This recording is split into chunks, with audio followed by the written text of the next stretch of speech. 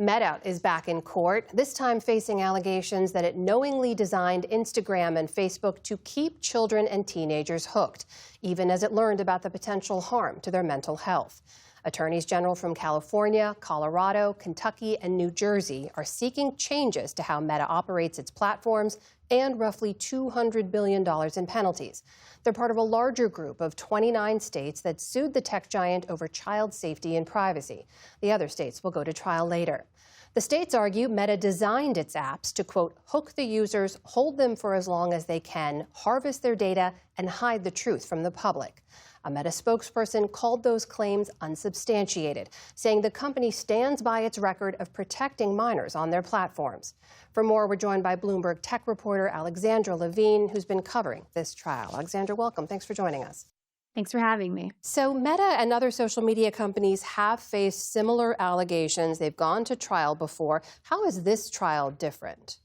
Yeah, well, we've been hearing about alleged harms to children through social media for so many years at this point. I think what makes this moment very different is that in the past, a lot of the focus has been on the content posted to the platforms and how that content could be harmful. Right now, the focus is mainly on product design. So how the actual products of Instagram and Facebook have been built to, as the state attorney general has alleged, to keep children hooked and to harm them. Certain design features, and these are deep-seated business practices that are integral to both of the platforms. But I think the difference between the content posted and the product design is a key difference. The other key difference here, of course, is that in addition to seeking monetary penalties, the state AGs would like to see injunctive relief measures, which would actually fundamentally change the way that the platforms operate. So tell us more about those design features. I mean, when the states say that Meta literally designed its products to be addictive for minors, what kind of features are they talking about? We're, of course, talking about the algorithm, but we're also talking about certain features like infinite scroll, which keep people just continuously scrolling. There are certain features that have to do with likes being displayed. There's features that have to do with push notifications that are going off at all hours of the day and the night when children are supposed to be sleeping. There are data collection practices. These are all part of the actual design issues that the state AGs are pointing out with the platforms. Well, as part of their defense in this trial, Meta said in a written statement they say, we're proud of our record in protecting teens on our platforms and the amount of effort we've put into developing protections over the years, even before these cases were ever filed, and continuing to the present day. So, Alexander, what do we know about those protections? What do they point towards?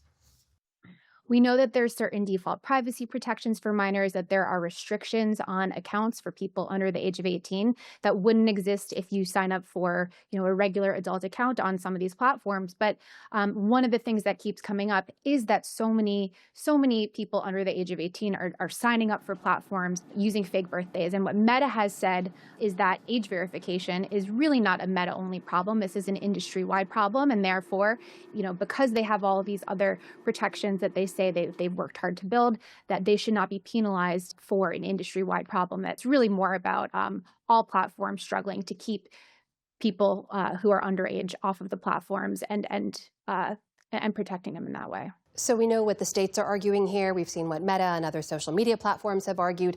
What does the research actually show when it comes to the harm that social media can cause for children?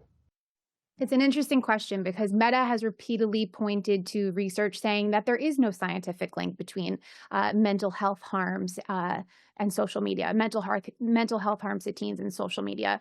But I think on the other side, you have advocates, you've got critics who are pointing to what they say is actually a growing body of evidence showing that being on screens all day and that being hooked via an algorithm is actually very dangerous, especially for a growing and developing mind. So I think it sort of depends who you ask, and there's research on both sides that I think you keep hearing thrown around in a lot of these debates going back several years. So briefly before I let you go, Alexandra, what exactly is at stake here for Meta? I think that the potential price tag on this trial has captured a lot of attention. So Meta has come out to say that they could face a penalty as high as $1.4 trillion, which is a remarkable number when you look at the fact that Meta's market value is $1.5 trillion.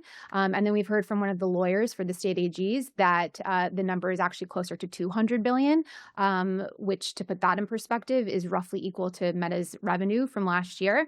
Either way, it's an enormous number, and I think that just the financial stakes here have finally started to catch the attention of not only the public but also Meta investors. But even beyond the potential financial penalty here, I think the prospect of Meta having to rework, rebuild, change the way that its most popular and stickiest platforms have been built to work. This is the way they worked for many years, and obviously, they have evolved, they have improved, they have advanced. AI has changed a lot of things, but for Meta to have to go back and fundamentally change the DNA of its most popular products, I think would potentially even be more of a threat to the company than any kind of financial award would be. All right, that is Bloomberg tech reporter Alexandra Levine joining us tonight. Alexandra, thank you so much.